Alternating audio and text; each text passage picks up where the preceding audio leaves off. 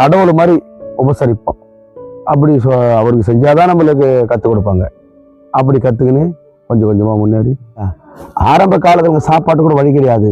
எங்களது ஓலை குடிச்சு வீடுங்க ஐயா, மாடி வீடெல்லாம் கிடையாது. அப்போல்லாம் வந்து மழை பெய்ஞ்சாக்க ஒரு பாத்திரம் எடுத்து போய் தான் வைப்போம். என் பேர் பூபாலன், எங்களை வந்து ஆந்திரா. எனக்கு படிப்பறிவு தெரியாதுங்க.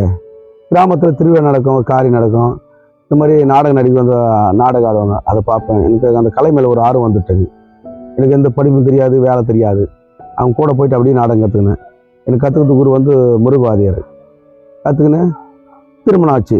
ஆன பிறகு 3 பேர் பசங்க பிறந்தாங்க. பிறந்து இந்த கலையினால தான் அவங்க ஓரளவுக்கு படிக்க வச்சு இப்போ நிம்மதியாக ஏதோ குறையாமல் இருக்குங்க. இந்த கலை மேலும் மேலும் வேணும். அப்போ பணத்துக்கே பஞ்சம். இப்போ அது மாதிரி கிடையாது. நான் கற்றுக்கும் பொழுது ஒரு நைட்டுக்கெல்லாம் அவங்க கூட போனால் 15 ரூபா கொடுப்பாங்க. கற்றுக்கின ஆடின பிறகு 30 ரூபா தருவாங்க. அப்புறம் 40 ரூபா கொடுப்பாங்க.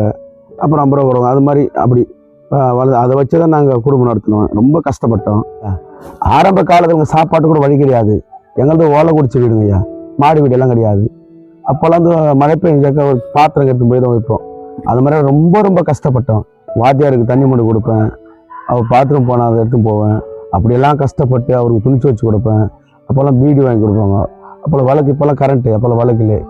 இப்போ வந்து மெரி பாக்ஸ். அப்போ வந்து தள்ளிப்பட்டு நான் கற்றுக்கும் போது ஒரு நாளைக்கெல்லாம் போனாக்கா 3 ரூபா 4 ரூபா. அப்போ ஆரம்பத்தில் நைட்டுக்கே நாடகம் ஆனாக்கா 200 ரூபா 300 ரூபா தான் கொடுப்பாங்க. அப்போ நாங்கள் கற்றுக்கும் போது. இப்போ தான் அந்த மாதிரி சம்பாதிக்குது. இருந்தாலும் அந்த கலைனால், இந்த கலை இல்லைன்னா எனக்கு என்ன போய்க்க முடியாது. ஏன்னா படிக்க தெரியாது எனக்கு. நான் முதல்ல ஆரம்பத்திலே வந்து பெண் வேஷம் தான் ஆடுவேன். பெண் வேஷம் ஆடுவேன், கிருஷ்ணர் ஆடுவேன். இப்போ எல்லா வேஷம் ஆடுவேன். வெட்டி மிருதங்க தப்புனா எல்லா வேஷம் ஆட தெரியும். ஆனால் படிப்பு இல்லை. இருந்தாலும் எனக்கு ஞானம் அதிகம். ஒருத்தர் பார்த்தா எப்படி ஆடினா அவங்க பார்த்து அப்படியே பிடிச்சிட்டு இதனால் கிளம்ப ரொம்ப ஊக்கம். எனக்கு 24 கம்பெனி போட்டி வச்சாங்க. அதில் ஓரளவுக்கு நாங்கள் நடித்து அங்கே விருது பெற்றிருக்கிறோம். நடிகர் சந்திரசேகர் கிட்ட விருது வாங்கியிருக்கிறோம். இது மாதிரி மெட்ராஸில் கலைமாமணி அந்த விருது எங்கள் வாத்தியார் வாங்கியிருக்காரு. கூட ஒத்து பேருந்து இதில் வாங்கியிருக்கோம். அவங்களுக்கு என்னென்ன வேலை செய்யலாம் அவருக்கு நாங்கள் அவர் கடவுள் மாதிரி உபசரிப்போம். அப்படி அவருக்கு செஞ்சாதான் நம்மளுக்கு கற்றுக் கொடுப்பாங்க. அப்படி கற்றுக்கின்னு கொஞ்சம் கொஞ்சமாக முன்னேறி இப்போ இருந்தால் நீங்கள் அப்படி கிடையாது. ஒரு 4 சினிமா பாட்டு பாடுவாங்க, ஏதோ போகிறாங்க. நாங்களாம் அப்படி கிடையாதுங்க. அந்த மாதிரிலாம் கஷ்டப்பட்டு, ஆனால் கலை வந்து இந்த கலைனால் ரொம்ப ரொம்ப எங்களுக்கு இப்போது கஷ்டம் தெரியாத ஓரளவுக்கு நாங்கள் குடும்பம் நடத்திருக்கோம். இதெல்லாம் என்னால் பழிக்க முடியாது. நான் சம்பாதிக்கிறேன். இப்போ எங்கள் பசங்கள்லாம் படிச்சுருக்காங்க.